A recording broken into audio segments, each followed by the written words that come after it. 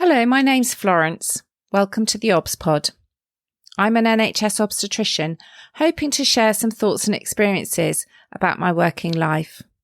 Perhaps you enjoy Call the Midwife, maybe birth fascinates you, or you're simply curious about what exactly an obstetrician is. You might be pregnant and preparing for birth. Perhaps you work in maternity and want to know what makes your obstetric colleagues tick, or you want some fresh ideas and inspiration. Whichever of these is the case, and for that matter, anyone else that's interested, the Obs Pod is for you.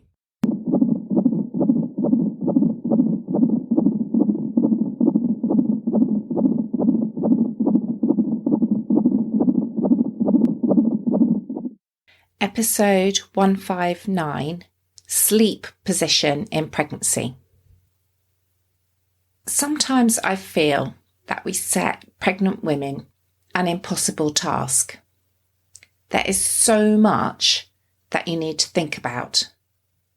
What to eat, what to drink, what not to eat, what not to drink, not to smoke, not to be near other smokers. And one of the things about this list of do's and don'ts in pregnancy is it's ever changing. It's ever evolving. So advice you might have been given when you had your children might not be the advice given to your daughter when she has her children. And if you've had a gap in your family and you had one baby maybe 5 or 10 years ago, the advice that you're given now may be very different from what you were given back then. As a professional, it can feel hard to keep up.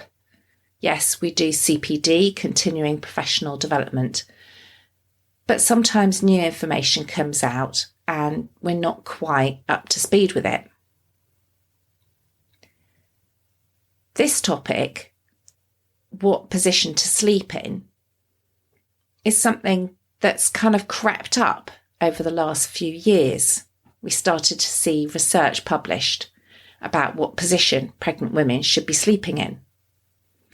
And I've picked it for a topic today because it is a question I get asked in clinic quite a lot. So where do we begin?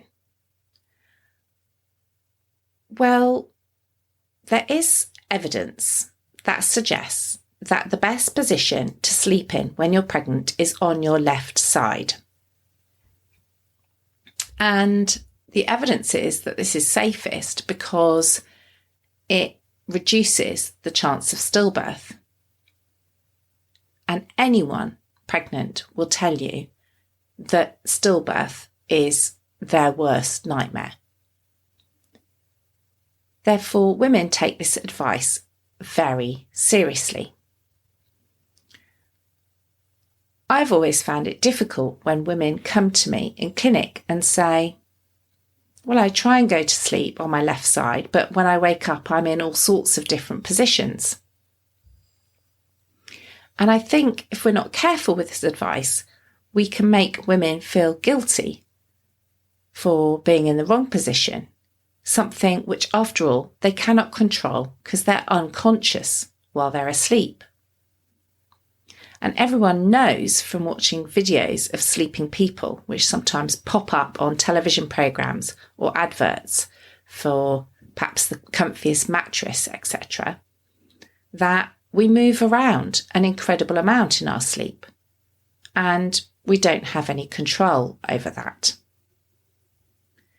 So when women come to clinic and tell me they're really struggling to get to sleep on their side or on their left side, and they're really worried because they wake up in all sorts of different positions, and they're also really worried because they're struggling to get good quality sleep because they're so anxious about the position in which they're lying, I find it very difficult to reassure them.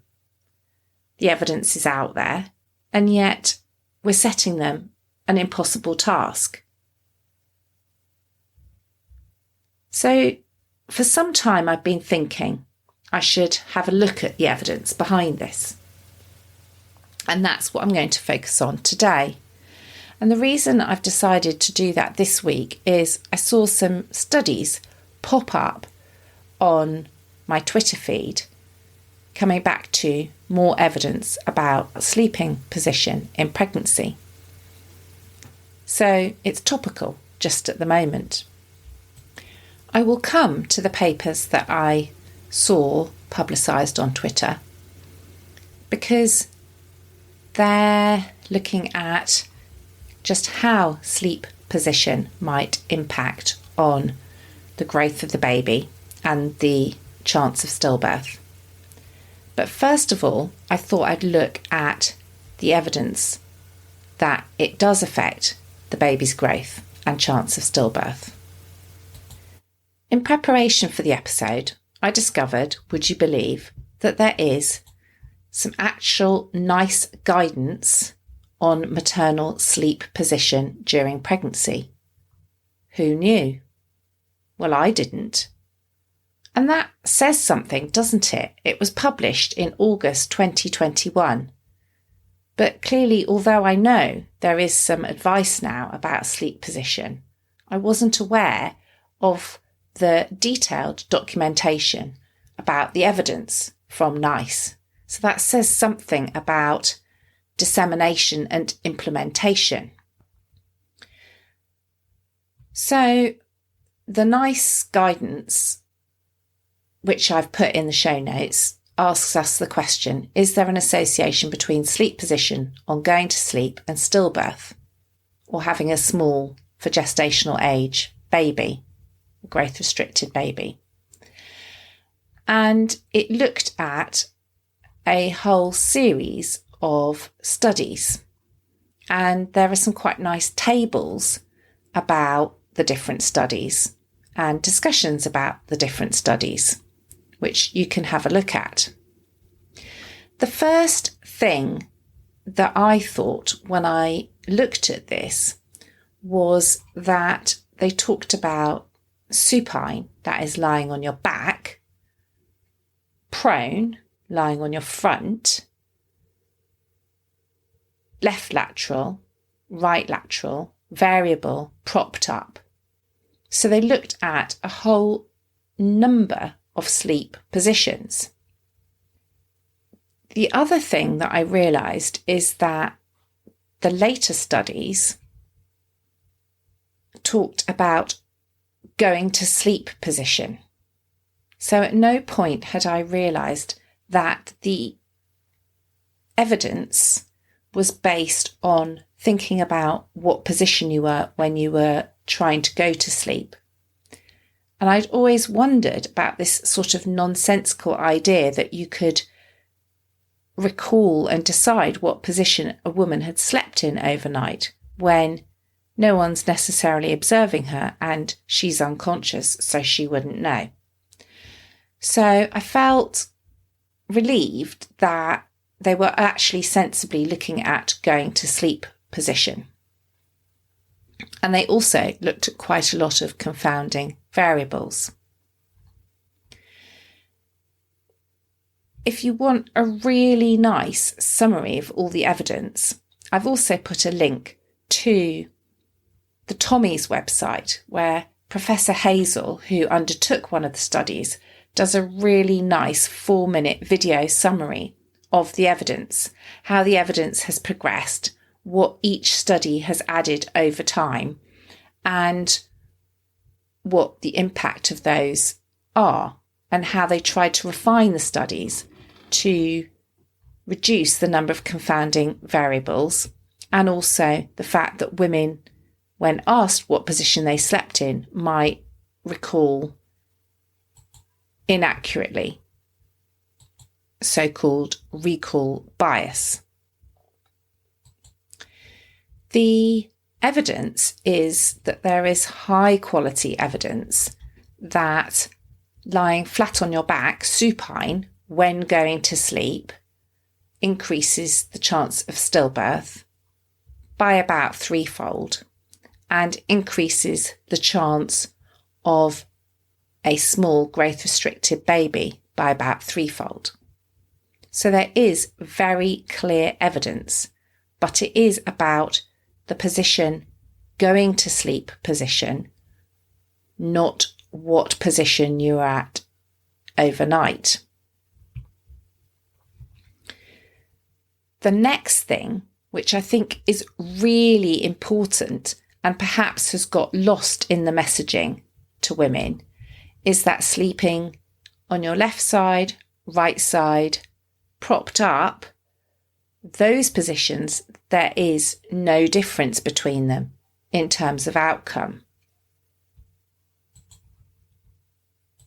And definitely, whilst I've believed this and reassured women in clinic, I hadn't quite grasped that there was such concrete evidence that if I give a woman advice to maybe lie on the other side or sleep propped up, that there is evidence that that's okay. And when we give women advice, we've got to be practical. If a woman's telling me she can't sleep on her left, it makes her sick, for example, or she just can't get comfortable, or she can't sleep, she's losing sleep, that can't be good for her and her baby either. So to be able to confidently say to her, actually the evidence suggests that if you prop yourself up with a load of pillows, that's fine. Or if you prefer lying on your right side, that's fine, is very helpful. I think when we're talking to women about sleeping on their back, we're not explaining that we mean flat on their back. And when you look at the studies, it's very clear that they are talking about flat on their back. If you watch the 4-minute video I mentioned with Professor Hazel, it not only gives you the information about the research on which this advice about sleeping position is based, but it also gives a clear message that whilst we spend a lot of time and effort thinking about women smoking in pregnancy, and indeed I've previously done an episode on smoking in pregnancy, that actually talking to women about their sleep position could save more babies' lives than talking to women about smoking. That fact absolutely blew my mind. I don't think that we're having regular conversations with women about sleep position, or perhaps the midwives are and I'm not, but I do find it crops up as a question that women ask me and fret about. And whilst it's great that we can give out these public health messages and information, I also worry slightly about hammering home these messages and this information, because then are we saying if you went to sleep in the wrong position, we're inferring it might be your fault that the baby is not growing well, or your fault that your baby died? There's a very fine line between giving a woman a sense of responsibility for her health and that of her baby, and making her feel that somehow she's responsible if the outcome isn't good, when actually we know there are a myriad of other factors that come into play, and that there are many things over which a woman has absolutely no control whatsoever. Yet if we are not giving out this messaging, then we are being irresponsible by not giving women information so that they can take decisions about how they're living their lives and looking after their health and that of their baby during their pregnancy. So it's a very tricky balance. So the reason this popped up on my Twitter feed this week was they published some interesting studies where they actually tried to figure out why the position you sleep in might make this difference. And the way they did this was they actually MRI scanned women and babies in the third trimester, comparing women with a so-called healthy pregnancy and women with a growth-restricted pregnancy. And it's absolutely fascinating because they put women in left lateral for 25 minutes and then women on their flat on their backs for 25 minutes. And they measured blood flow and fetal oxygen saturation.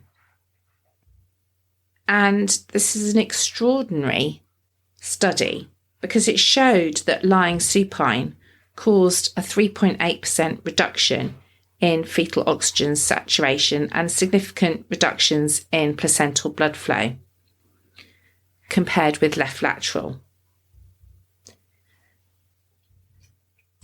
Interestingly, they found that growth-restricted babies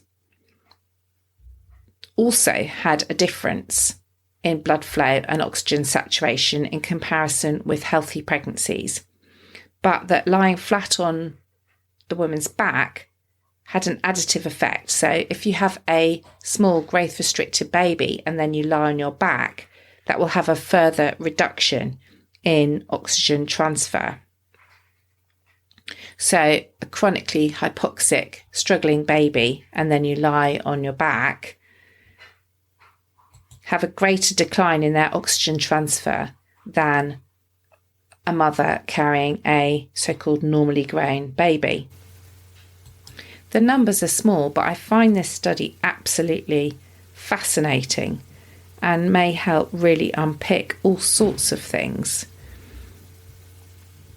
about our assumptions about babies' growth and placental function, which I'm sure will be an avenue for research in the future.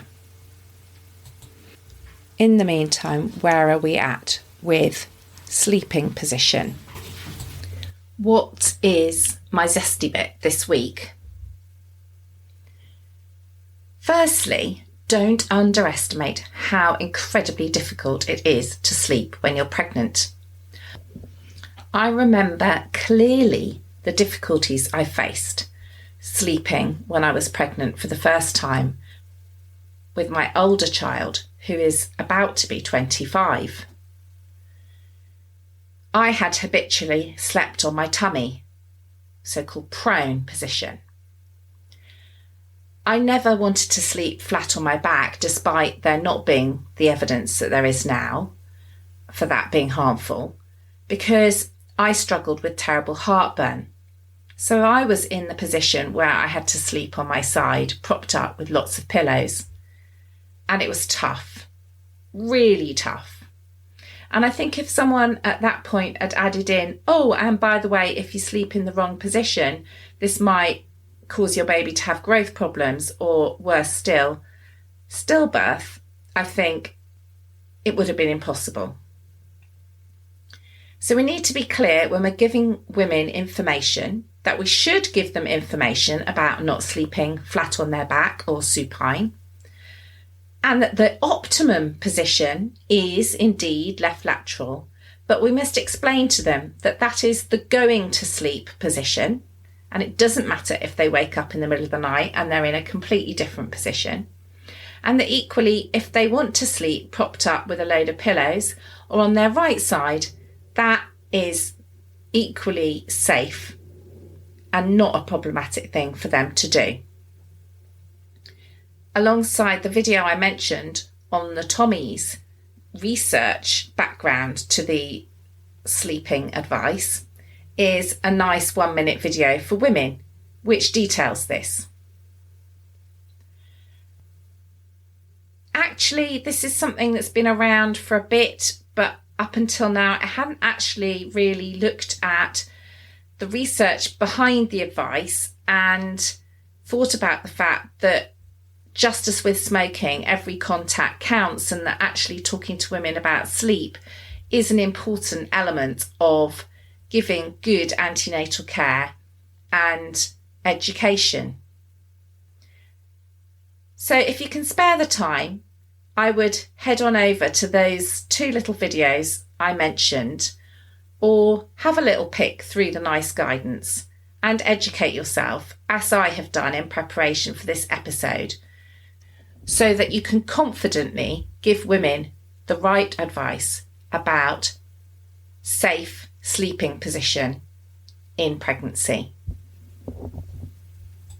I really hope that if you're listening to this and you're currently pregnant, I've set your mind at rest that what is important is the going to sleep position, and to sleep in any position other than flat on your back is okay.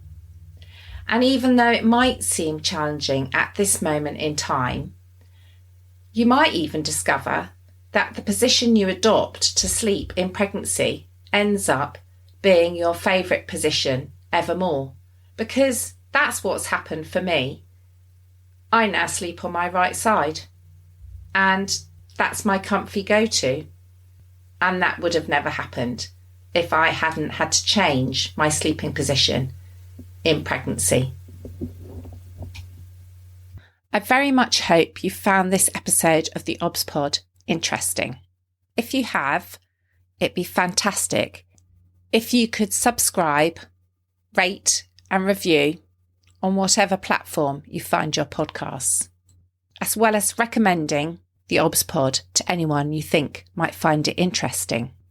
There's also tons of episodes to explore in my back catalogue, from clinical topics, my career and journey as an obstetrician, and life in the NHS more generally. I'd like to assure women I care for that I take confidentiality very seriously and take great care not to use any patient identifiable information unless I have expressly asked the permission of the person involved, on that rare occasion when it's been absolutely necessary. If you found this episode interesting and want to explore the subject a little more deeply, don't forget to take a look at the programme notes where I've attached some links. If you want to get in touch to suggest topics for future episodes, you can find me at the OBSPod on Twitter and Instagram, and you can email me theobspod@gmail.com. Finally, it's very important to me to keep the OBSPod free and accessible to as many people as possible, but it does cost me a very small amount to keep it going and keep it live on the internet. So if you've enjoyed my episodes and by chance you do have a tiny bit to spare, you can now contribute to keep the podcast going and keep it free via my link to buy me a coffee. Don't feel under any obligation, but if you'd like to contribute, you now can. Thank you for listening.